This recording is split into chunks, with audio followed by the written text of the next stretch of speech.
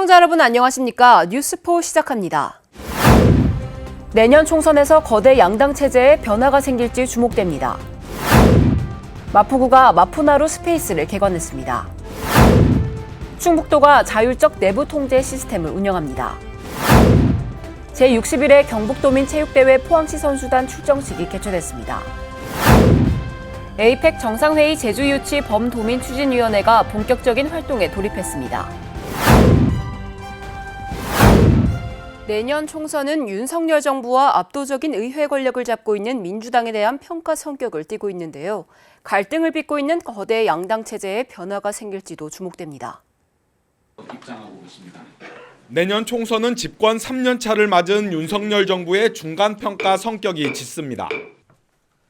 윤 대통령의 국정 운영이 힘을 받을지 아니면 조기 레임덕을 우려해야 할 상황까지 놓일지는 총선 성적표에 달려 있습니다.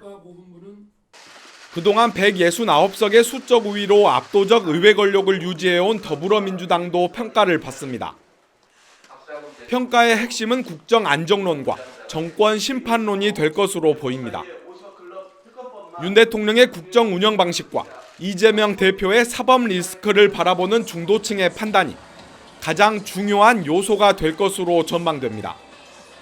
지금까지 두 정당이 싸우고만 있는데 정책적으로 같이 화합할 수 있는 그런 결과가 나왔으면 좋겠습니다. 지역 감정에만 치우치지 말고 중앙에서도 자신의 이야기를 풀어칠 수 있는 후보가 됐으면 좋겠습니다. 거대 양당 체제와 영호남 일당 독점 폐해 등이 다소나마 극복될 수 있을지도 관심입니다. 특히 민주주의의 위기라고도 불리는 현재의 정치 상황에서 대화와 타협, 견제와 감시라는 민주주의의 대원칙이 복원될 수 있을지는 국회에서 논의 중인 선거제도 개편이 좌우할 가능성이 큽니다. 행정부의 수장과 그리고 입법부와 그리고 사법부가 어떻게 서로 균형을 이루어낼 수 있는 시스템을 재구축할 수 있느냐라고 하는 게 굉장히 중요하다. 총선은 민주주의를 복원하는 그런 계기로 자리매김되었으면 좋겠다라는 생각입니다. 1년 앞으로 다가온 총선. 여야 각 정당이 받아들 성적표는 이제 남은 1년 동안의 행보에 달려 있습니다. 수도권 소식입니다. 마포구가 나무 심기 행사를 진행했습니다. 이번 행사는 레드로드에서 진행됐으며 나무를 심는 동시에 이 테마거리를 더 아름답게 꾸밀 예정입니다. 지난 30일 홍대 관광특구 레드로드 상상마당 일대에서 제78회 식목일 나무 심기 행사를 진행했습니다. 이날 행사는 기존처럼 공원이나 산에 나무를 심는 것이 아닌 레드로드의 대형 폐화분을 재활용해 식재하는 방식으로 진행됐으며 마포구청장, 직능단체, 주민 등 200여 명이 행사에 함께했습니다. 이번에 쓰이는 화분은 그동안 거리에 방치되거나 낡은 대형 화분 80여 개로 이곳에 배롱나무, 철쭉 등을 심는 활동을 했습니다. 본 식재에 앞서 박강수 마포구청장을 중심으로 관계자들이 직접 낡은 화분을 단단히 맞추기 위해 수리 작업 및 화분을 정비하며 나무를 심는 시간을 가졌습니다. 나무 심기는 매년 실시하는 연례 행사이지만 올해는 특히 코로나19에서 조금은 벗어나 주민 여러분과 함께 할 수 있어 더욱 큰 의미가 있다고 생각합니다. 오늘 식재할 배롱나무는 매년 7월에서 9월까지 진분홍색의 인상적인 꽃이 100일 동안 개화하여 백일홍이라고도 부르는 나무입니다. 한여름 뜨겁게 피어나는 꽃이 새롭게 재조성되는 레드로드와 열정적인 면에서 매우 어울리는 수종이며 주민과 관광객들에게 도심 속 초록색 싱그러움을 선사할 것으로 기대합니다. 이후 수목식재 요령을 설명하고 본격적으로 나무 심기 행사를 진행했습니다. 이날 행사가 레드로드의 경관 조성 등 관광지로서의 가치를 더할 것으로 기대됩니다. 화이팅! 화이팅! 마포구 화이팅!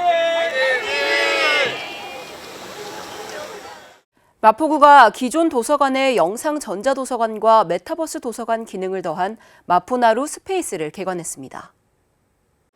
지난 3월 31일 마포구 호텔나루 1층에 위치한 마포나루 스페이스의 개관식이 개최됐습니다. 이날 행사는 축하 공연을 시작으로 그동안의 경과를 보고하는 시간을 가졌습니다. 이후 마포구청장이 기념사를 내외빈들이 축하를 전했습니다. 이곳 마포나루 스페이스는 늦은 시간에 공부를 하다가 집으로 가더라도 크게 걱정이 없을 것 같다는 생각이 들었습니다. 그리고 무엇보다도 안전은 중요하기 때문에 입출 시 보호자에게 꼭 연락을 하도록 하고 있습니다. 제일 중요한 것은 새벽 6시까지 아이들이 선택적으로 공부 시간을 정할 수 있다는 점입니다. 마포나루 스페이스 자율학습 공간이 우리 마포 지역의 학생들에게 꿈의 공간이 되기를 진심으로 바라면서 정말 많은 고민을 했다는 사실을 여러분께 말씀드리고 싶습니다. 시공간 제약 없는 이 메타버스 도서관으로서 스마트 기반 학습 공간을 제공하는 마포나루 스페이스가 도서관 내 혁신에 선도적 역할을 할 것이라 확신합니다. 마포나루 스페이스에서 꿈을 키우고 창의적인 아이디어가 무궁무진하게 탄생하길 기대합니다. 이후 박강수 마포구청장이 시설을 확인하고 더 나은 방향을 위한 소통의 시간을 가지며 행사가 마무리됐습니다. 마포나루 스페이스는 메타버스 도서관 및 영상 전자도서관, 자료실이 위치한 도서관, 자율학습 공간 등으로 이루어져 있습니다. 메타버스 및 영상 전자도서관은 상시 운영합니다. 일반 도서관은 평일 오전 9시부터 오후 6시까지 운영합니다. 한편 자율학습 공간은 평일에 오후 6시부터 이길 오전 6시까지, 주말 및 공휴일은 오전 9시부터 이길 오전 6시까지 연중무휴 운영합니다. 특히 140여 석의 공간을 통해 청소년들이 안전하고 편하게 이용할 수 있도록 조성됐습니다. 마포나루 스페이스가 지역 주민의 독서와 학습 욕구를 충족시킬 수 있길 기대합니다. 계속해서 광역시 소식입니다. 제104주년 대한민국 임시정부 수립 기념식이 정부 대구지방합동청사에서 광복회 대구시 지부 주관으로 열렸습니다. 이번 기념식은 독립한 민주국의 자유민이라를 주제로 독립유공자 유족, 홍준표 시장, 보훈단체장 등 200여 명이 참석한 가운데 대한민국 임시헌장 선포문 낭독을 시작으로 진행됐습니다. 이날 기념식장 입구에는 한국광복군 총사령부 성립 전례식, 한인애국단의 활동 모습 등 임시정부의 주요 활동과 역사적인 사건을 담은 사진들을 전시했습니다. 홍준표 시장은 대구는 항일 독립운동의 성지이자 자유민주주의의 보루로 늘 역사의 선봉에 있었다며 대한민국 3대 도시의 위상을 세워 중심에 설 수 있도록 시민들이 힘을 모아줄 것을 강조했습니다. 대구시가 도시농업의 날을 맞아 농림축산식품부와 공동으로 2023년 도시농업의 날 기념 행사를 열었습니다. 도시농업의 날은 2015년 민간단체들이 4월 11일을 도시농업의 날로 선포하면서 시작됐고 2017년 법정 기념일로 지정됐습니다. 대구시는 2019년부터 도시농업의 날을 기념해 모종 나누기, 도시농업 관련 공모전 등 이벤트를 전개했고 올해는 더 많은 시민들이 참여할 수 있도록 동성로 광장에서 행사를 추진했습니다. 이날 행사에서는 도시농업을 기리는 퍼포먼스와 도시농부 선언문을 낭독하고 광장에 홍보 부스를 설치해 모종 심기 체험과 볼거리 등을 마련했습니다. 계속해서 강원도 소식입니다. 평창구는 서울 강서구와 함께 우호교류 협약을 체결했습니다. 이번 협약은 경제, 문화, 스포츠 등 다양한 분야에서 서로의 우수 정책을 공유하고 지속적인 상호교류를 통해 교류 협력 사업을 발굴한다는 내용으로 체결됐습니다. 이날 협약을 체결하는 것과 더불어 심재국 평창군수와 김태우 강서구청장은 서로의 도시에 고향사랑 기부금을 상호 기부했습니다. 양 도시의 기관장들은 오늘 협약이 두 지역의 우정을 움트게 하는 씨앗이 되길 희망한다며 앞으로 교류가 활발하게 되기를 기대하는 마음을 고향사랑 기부금에 담았다고 전했습니다. 평창군이 평창초등학교 학생들과 함께 군청 견학 프로그램을 진행했습니다. 이날 프로그램은 관내 학생들이 우리 군 행정기관의 역할을 쉽고 바르게 이해하는 데 초점을 맞추며 군청 내 부서 및 업무 소개와 견학, 군수와의 만남 순으로 진행됐습니다. 이번 견학은 학생들에게 공공기관의 역할 등 진로 탐색 기회를 제공하고자 인재 육성과 복지 정책과 민원 토지과 등 다양한 분야의 부서를 방문했습니다. 군은 초등학교 학생들이 이번 견학을 통해 평창군을 바르게 이해하고 군청에서 하는 일에 대해 잠시나마 보고 배우는 좋은 경험이 됐길 바란다고 말했습니다. 이어서 충청도 소식입니다. 충북도가 외국인 창업 지원을 위한 업무 협약을 체결하며 도내 우수 중소기업의 수출 확대와 해외 진출 지원에 나섰습니다. 이번 업무 협약에는 충북도와 한국발명진흥회, 충북창조경제혁신센터, 충북지역대학 국제교류협의회가 뜻을 모았습니다. 외국인 창업 지원을 위한 업무 협약은 오송 외국인 창업 생태계 구축과 외국인 창업 전문 교육 및 멘토링 등의 내용이 포함됐습니다. 김영환 충북도지사는 외국인이 창업하기 좋은 생태계를 조성해 국제도시 오송이 글로벌 창업도시로 발돋움하기를 바란다고 말했습니다. 충북도와 농협중앙회 충북본부 등이 저출산 인구위기 극복을 위한 업무 협약을 체결했습니다. 이날 협약에서는 지역사회 모든 분야에서 임산부를 우대하는 문화를 확산해 아이 낳고 기르기 좋은 충북을 만드는 데 적극적으로 동참하기로 했습니다. 이에 따라 앞으로 도내 농협은행 영업점과 지역 농협을 찾는 임산부들은 별도의 대기 없이 전용 창구에서 우선적으로 금융 서비스를 제공받을 수 있게 됩니다. 아울러 임산부 우대 금융상품 개발과 임산부 배려 문화 확산을 위한 행사 등도 확대해 나갈 계획입니다. 충북도가 청렴하고 투명한 행정구현을 위해 자율적 내부 통제 시스템을 운영합니다. 이 시스템은 청백 E-시스템과 자기진단, 공직자 자기관리 시스템 등 3개 시스템으로 구성되어 있습니다. 청백 E-시스템 특별 점검을 통해 시스템 운영의 효율성을 제고하고 전 직원 1인 1진단 카드 작성을 독려하는 등 자기진단 실행률을 높일 예정입니다. 또한 개인별 청렴교육 이수와 부서별 청렴시책을 관리하는 공직자 자기관리 시스템도 차질 없이 운영한다는 계획입니다. 아울러 올해도 평가를 통해 5개 우수부서를 선정해 포상금을 지급할 예정입니다. 이어서 경상도 소식입니다. 이철우 경북도지사가 성주에서 열린 성주호 둘레길 준공식 및 건강 걷기 대회에 참석해 주민과 함께 둘레길을 걸으며 소통하는 시간을 가졌습니다. 이날 행사는 이철우 경북도지사, 이병환 군수, 지역 주민 등 500여 명이 참석해 성주호 둘레길 준공을 기념했습니다. 이번 건강 걷기 대회를 통해 아름다운 자연 속에서 둘레길을 함께 걸으며 민관이 하나 되는 소통의 자리가 됐습니다. 성주호 둘레길은 선비산수길 조성 사업의 일환으로 자연환경의 체계적 보전과 건전한 이용을 도모하기 위해 자연환경 보전, 이용시설 설치 사업으로 추진했습니다. 한편 이철우 경북도지사는 소중한 자원인 성주호를 미래 세대들이 계속 누릴 수 있도록 사람과 자연이 공존하는 환경을 만들어가자고 강조했습니다. 경상북도가 통합방위사태 선포를 위한 통합방위협의회를 개최했습니다. 통합방위협의회는 1996년 북한의 강릉 무장공비 침투 후 국가방위요소의 효율적 운용과 지역 통합방위 태세 확립을 위해 이듬해 1월 제정된 통합방위법에 근거해 운영되고 있습니다. 경북도지사는 지역통합방위협의회 의장 자격으로 지역 내 적의 소규모 침투가 발생되면 통합방위위원을 소집해 통합방위사태를 선포합니다. 2023년 화랑훈련과 연계해 실시한 이번 통합방위협의회는 2가지 복합 침투 상황을 가정해 통합방위사태 선포를 위한 절차를 숙달했습니다. 이철우 경북도지사는 지방시대 본격 선언 이후 재난과 안보 상황에 대한 책임과 역할이 커져감에 따라 현장을 직접 통제할 수 있는 컨트롤 타워가 필요하다고 강조했습니다. 포항시가 차세대 배터리 소재 산업을 선도할 대규모 투자를 유치했습니다. 포스코 실리콘 솔루션이 영일만 산단에서 실리콘 음극재를 생산할 계획입니다. 포항시와 경상북도는 4일 포스코 실리콘 솔루션과 3천억 원 규모의 대규모 투자 협약을 체결했습니다.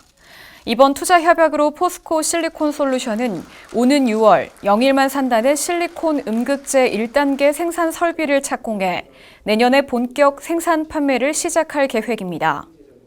이후 2025년 5천 톤의 생산 설비를 확보하는 등 단계적 후속 확장 투자를 통해 2030년에는 연산 2만 5천 톤의 생산 체제 구축을 목표로 하고 있습니다.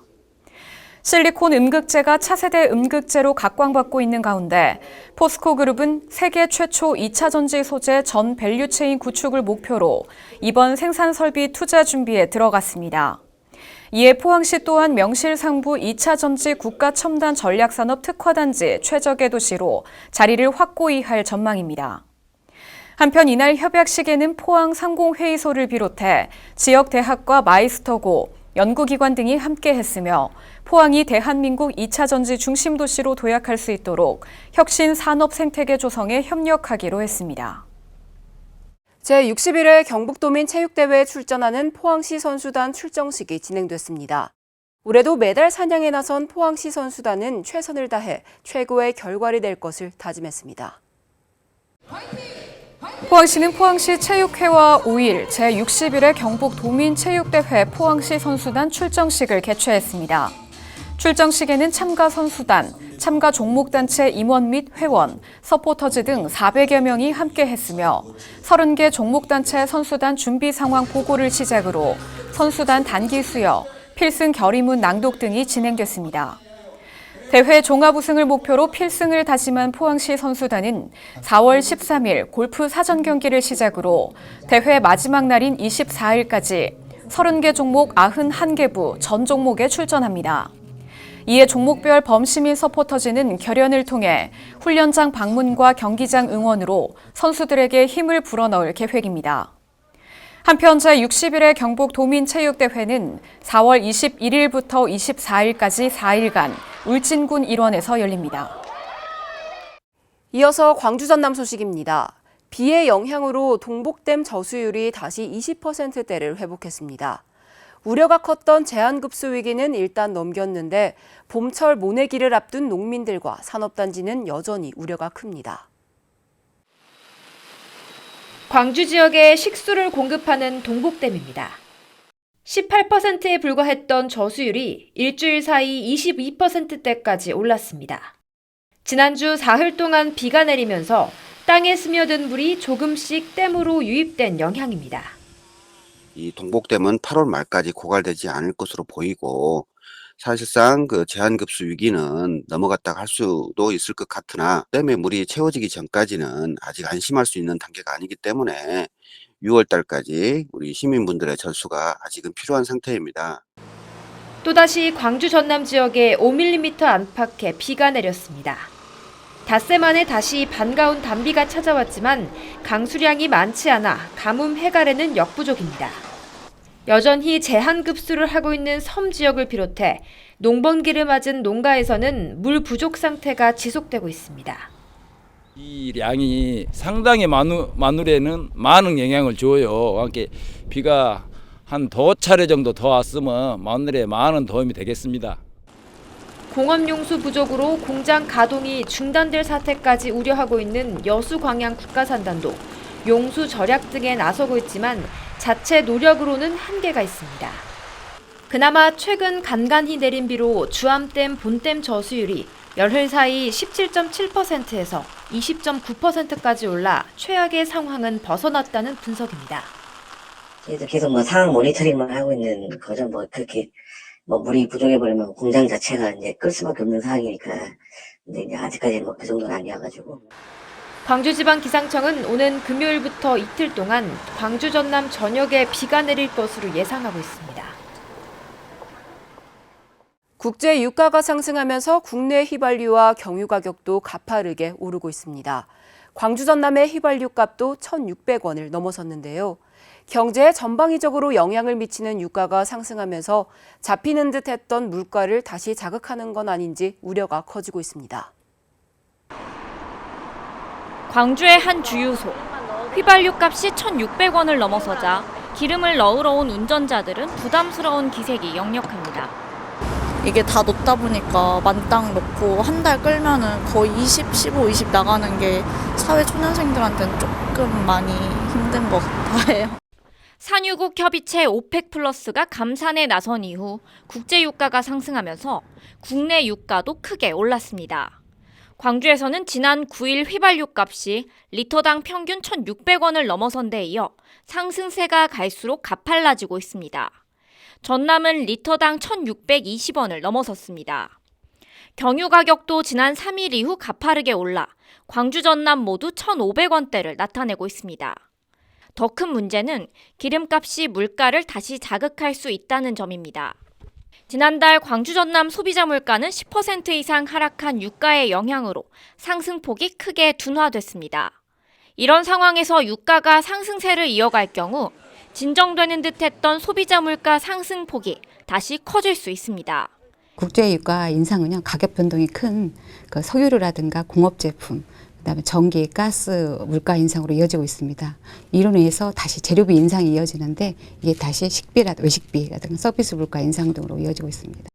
유가가 반등하는 가운데 이달 말 종료가 예고된 유류세 인하 조치의 연장 여부마저 아직 결정되지 않은 상황. 가뜩이나 어려운 서민들의 살림살이가 더 팍팍해지는 것은 아닌지 우려가 커지고 있습니다. 특별자치도 소식입니다. 2025 에이펙 정상회의 제주 유치 범도민 추진위원회가 본격적인 활동에 돌입했습니다. 제주특별자치도가 제주도청 본관 4층 탐라홀에서 2025 에이펙 정상회의 제주 유치 범도민 추진 대표위원회 회의를 개최했습니다. 이번 회의는 2025 에이펙 정상회의 제주 유치를 위한 분야별 전략과 도내외 분위기 확산을 위한 홍보 방안 등을 협의하기 위해 마련됐습니다. 회의에는 오영훈 지사를 비롯해 위원장인 양문석 제주상공회의소 회장 등 분야별 위원 18명이 참석했습니다. 오영훈 지사는 인사말을 통해 아시아와 태평양 지역의 국가와 도시의 지속가능한 미래 비전을 정확히 보여줄 수 있는 제주에 에이펙 정상회의를 유치해야 한다고 강조했습니다. 한편 에이펙 정상회의는 아시아 태평양 연안 국가들의 경제 성장과 번영을 목표로 총 21개 회원국에 모이는 연례 회의입니다.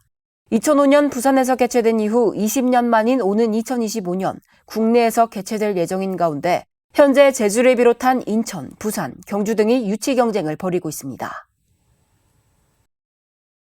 환절기에는 아침, 저녁 일교차는 물론 습도의 차이도 큽니다.